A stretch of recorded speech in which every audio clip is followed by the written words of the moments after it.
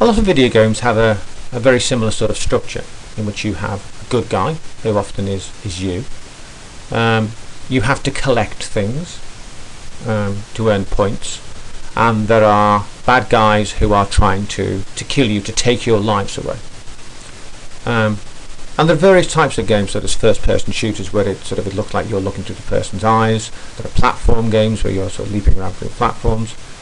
And the one we're going to make, which is a maze game, where essentially there's a maze in front of you which you have to work your way around, collecting things and avoiding the baddies. So the first thing we're going to have a go at is making our hero, our good guy, who's going to be the person we're going to control and move around the screen. I'm going to start by making a very, very simple hero, and then in later videos we'll look at how we make that hero more complicated. So to start with, I'm just going to use PowerPoint, and I'm going to insert a shape, and the shape I'm going to insert is what's called a pie. I'm going to put that on the screen. Just rotate that around, beg your pardon. And that is my shape. Now, when Pac-Man was made, computers were much more basic, and they wanted to keep as much as they could about the game simple, so that it ran quickly, it didn't have any problems running. So a lot of the graphics that are used in early video games are really quite simple, and that's the reason that Pac-Man's the shape he is. It's a very, very simple shape. There's no complexity to it. I now need to save that so I can use it. So to save it, I click on the Pac-Man. So it's not File and Save. I'm not saving the PowerPoint show, I just want the graphic. So I right mouse click on the shape I've drawn and save as picture. Now, there are various types of picture I could save it as. The one I'm going to use is a PNG. The reason I'm using a PNG is because I don't want this shape to have a background. If I use a JPEG, which is the sort of more normal type of file we use, it'll put a white background in behind the shape, which we'd then have to remove, because we don't want him going around on a white diamond. We want him just to have a transparent background behind him. So the type of file that supports transparent backgrounds is a PNG, a portable network traffic. Now I'm going to put this into my Year 8 folder, if I can find it. There we go, Year 8 computing. And I've now created a folder to keep everything in, which is called, if I can find it, Maze Game. And I've also created a folder called Resources. I just find it easy to put everything in one place. And I'm going to call this Blue Facing Right. Now you'll see later on why it's not just called Blue or Hero, because at the moment he is facing, if this is his mouth, he is facing to the right hand side of the screen. So I've saved him as Blue Facing Right, and I'm going to save that. In that case I'm going to replace him, and that's that. If I now go back to my game, I now need to load that picture into the game, because I want to use that picture in the game. In video games, pictures that you use are called sprites. Okay? That's just the name that they're given. So I want to create a sprite. The sprite logo is even a little red smiley Pac-Man. So create the sprite, and again you're going to get used to it today. We're going to call things the same name. So he's Blue Facing Right,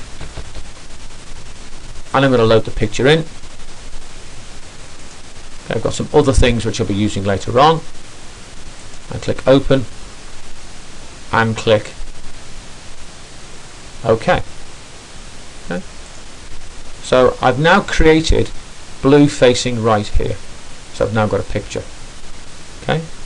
So what I also need is I need a space for the game to play in.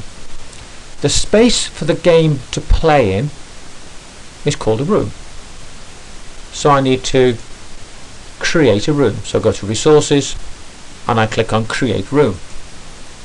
Now, when you play the game, you won't see this grid of squares, but the grid of squares are very important and actually very useful in putting the game together and making things work smoothly.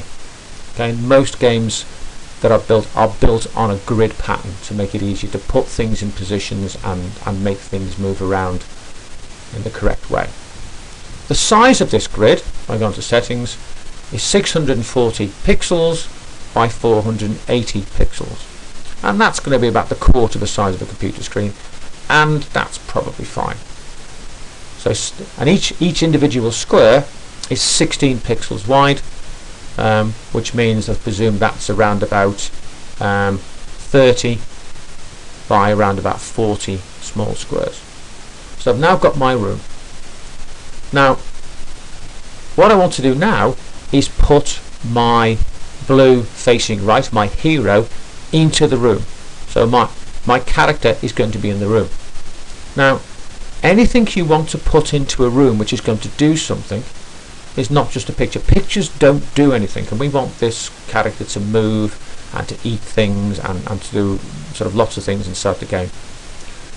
Things which move and do things inside games are called objects.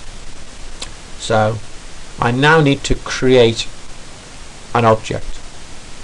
It says which picture do you want to use. I want to use blue facing right, and at this point I want to make sure that it's visible, I can see it, and that it's solid. So some things in a game you don't want to be able to walk through, and some things you do. So for instance, a background picture, you would just want to be able to walk through that, whereas a wall, you'd want that to stop you, so we need to make him solid.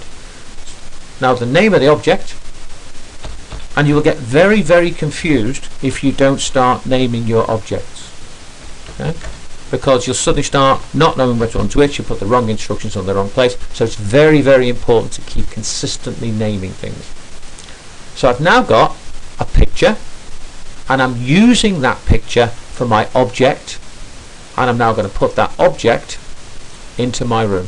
So click on objects, find blue facing right, click on the screen, and there he is. So I've now got a video game with a room, and inside that room I've put my character.